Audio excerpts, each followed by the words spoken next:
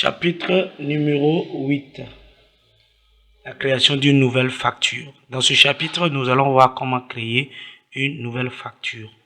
Pour ce faire, dans le menu principal, il y a d'abord certains éléments qui sont sélectionnés par défaut. Donc, il y a le serveur, agent serveur, client et type de facturation. Donc, ici, par exemple, agent serveur, on peut d'abord venir sélectionner qui va faire le service. Par exemple, ici, nous avons Jacqueline. Ici, si le client existe, si on veut sélectionner le client, on sélectionne le client déjà. En détail, oui, en gros, ici, on va laisser en détail. Voilà. Donc, nous cliquons, ça permet aussi souvent d'aller vraiment extrêmement vite. Donc, nous cliquons ici sur nouvelle facture. Donc, ici, nous avons client. On peut résélectionner le client ou même ajouter un nouveau client. Si, par exemple, le client n'existe pas, si on désire ajouter un nouveau client, on clique ici. On ajoute le nouveau client. Maintenant, si, par exemple, on prend celui-là. Et si, par exemple, c'est l'agent qu'on veut changer, on clique ici, on change. Ici, c'est verrouillé du moins. Voilà, donc on ne peut plus. Voilà, donc ici, celui qui est connecté, type de facturation, date. Ici, c'est différent des codes barres. Donc, par exemple, si nous désirons sélectionner un produit en scannant son code barre, on clique ici, on prend l'appareil, on scanne automatiquement, ça va trier, ça va sélectionner le produit. Si vous avez le nom du produit, vous pouvez commencer ici, par exemple, on veut Coca-Cola. Donc, dès qu'on commence à écrire, bon, tout ce qui commence par C ou vient.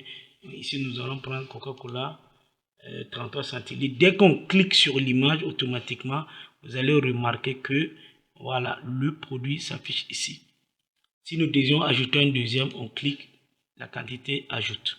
Si par exemple, si nous désirons augmenter la quantité aussi, nous pouvons venir ici, augmenter la quantité. Si nous désirons diminuer, nous venons ici aussi pour diminuer. Si nous désirons supprimer le produit, on clique ici. Si on désire ajouter un autre produit encore, on vient, on clique. Et automatiquement, le produit, vous voyez Coca-Cola 50 centilitres, vient s'ajouter. Si par exemple, ici, nous allons tout effacer. Et par exemple, si nous désirons, nous allons venir ici. Voilà. Par exemple, nous venons pour ajouter un autre produit encore, il suffit seulement de cliquer. Ici, malheureusement, le stock est limité, il n'y a pas de stock. Nous venons ici, même chose, on va changer le produit. Voilà. Donc ici, nous avons beau fois 50 centilitres. Voilà. On va ajouter jusqu'à 2. Donc ici, on va vous permettre de sélectionner les produits. Les différents produits, bien sûr, avec leurs images.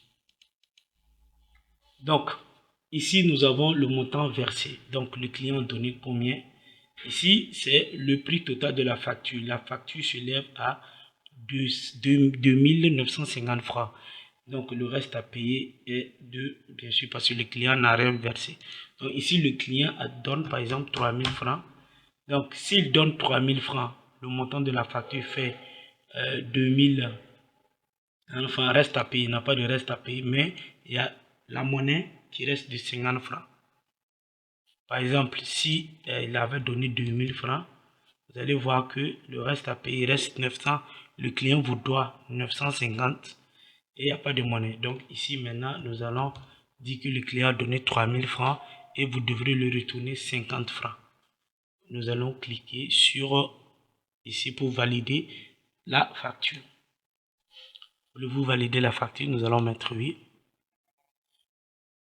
Il vous pose aussi la question, vous avez remis la monnaie du client.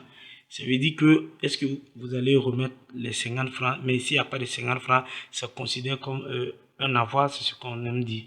Donc, on clique, par exemple, non. Et dès que vous cliquez, vous allez voir que il y a la facture qui s'affiche ici. Normalement, on met l'entête du client. Nous avons facture numéro, date du jour, l'identifiant, celui qui a créé la facture.